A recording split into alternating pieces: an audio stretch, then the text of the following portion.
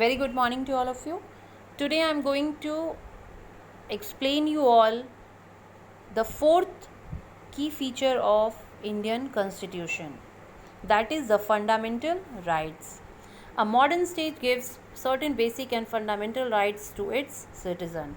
These rights are essential for the development of an individual. The fundamental rights are contained in chapter 3 under articles 14 to 32 of the Indian Constitution. They protect citizens against misuse of powers by the state. They also guard against the arbitrary and absolute exercise of power by the state. These rights are justiciable and inviolable. If any of these rights are violated by any individual or any organ of the government, the affected citizen can directly approach the High Court or the Supreme Court. The fundamental rights have been called the conscience of the Indian Constitution. As claimed by Dr. B.R. Ambedkar, the fundamental rights have two objectives. First, all citizens must be in a position to claim those rights, and secondly, no authority has got power to violate these rights. Now, let us know about the fundamental rights. Our Constitution guarantees the following 7 fundamental rights to the citizen. First of all, right to equality. That means we all are equal before the law. Article 14 to 18 of the Constitution mention these rights. What are the features of right to equality? Equality before law, that means all are equal before the law. All citizens are equally protected by law without any discrimination. There is a rule of law in India. Next is prohibition of discrimination. The state shall not discriminate against any citizen on the grounds only of religion, caste, race, sex, place of birth of any of them. Third one is appointment to government or public services. There shall be equality of opportunity for all citizens in matter relating to employment or appointment to any office under the state. No citizen shall be ineligible for any office under the government on grounds of religion, race, caste, sex, place of birth of any of them. However, the government has the right to reserve certain posts or seats for the socially and economically weaker sections of the people. About it, we will discuss later on the chapter. Next is abolition of untouchability. Article 17 says untouchability is abolished and its practice in any form is forbidden. It has been declared a punishable offense. And the next one is abolition of titles. Article 18 abolishes titles. That means title given by the government during the British rule have been abolished. Title like Sir, Rai Bahadur, Rai Sahib, Khan Sahib, Khan Bahadur, etc. cannot be conferred on a person. The government can honor its citizen by giving military or academic titles on the basis of merit. So that all these points are within the right to equality. Next fundamental right is right to freedom.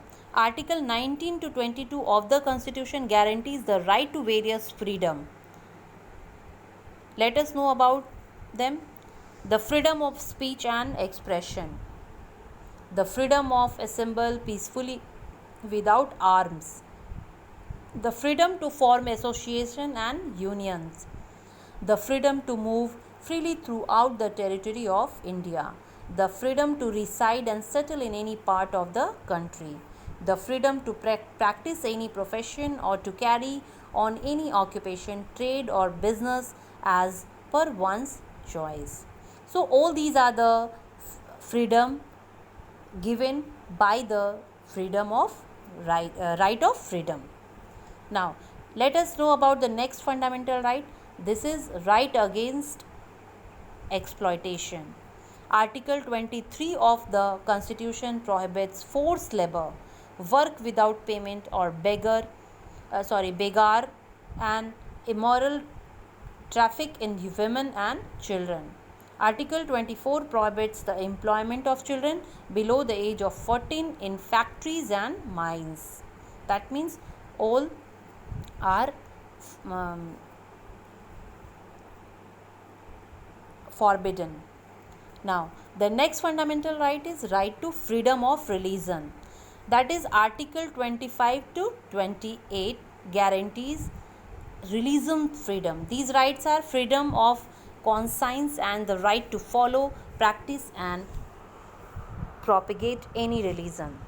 Next is freedom to establish and manage institution for religious and charitable purpose.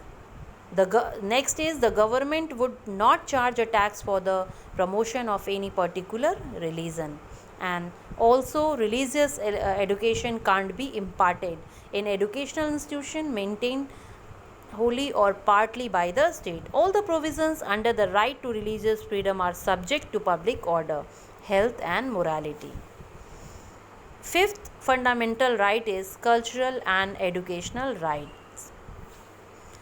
Article 29 and 30 protect the religious and cultural rights to preserve their language, script and culture. All minorities have the right to establish and administer educational institution of their choice. Sixth fundamental right is right to constitutional remedies. Article 32 of the Constitution provide that the citizen who think that their fundamental rights have been denied to them can move to the Supreme Court or any high court to restore these rights. It is called the soul and heart of the Constitution.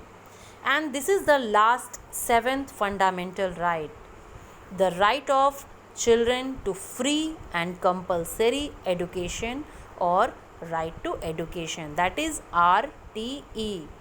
Article 21A added as a new article by the Constitution 86th Amendment Act 2002 provides for free and compulsory education for all children between the age of 6 to 14 years. By consequence of this Amendment Act and the RTE Act, India became one of the 135th countries to make education a fundamental right of every child between the age of 6 to 14 years from April 1st, 2010. In my next class, I will explain you about the another key feature of the Indian Constitution, that is secularism.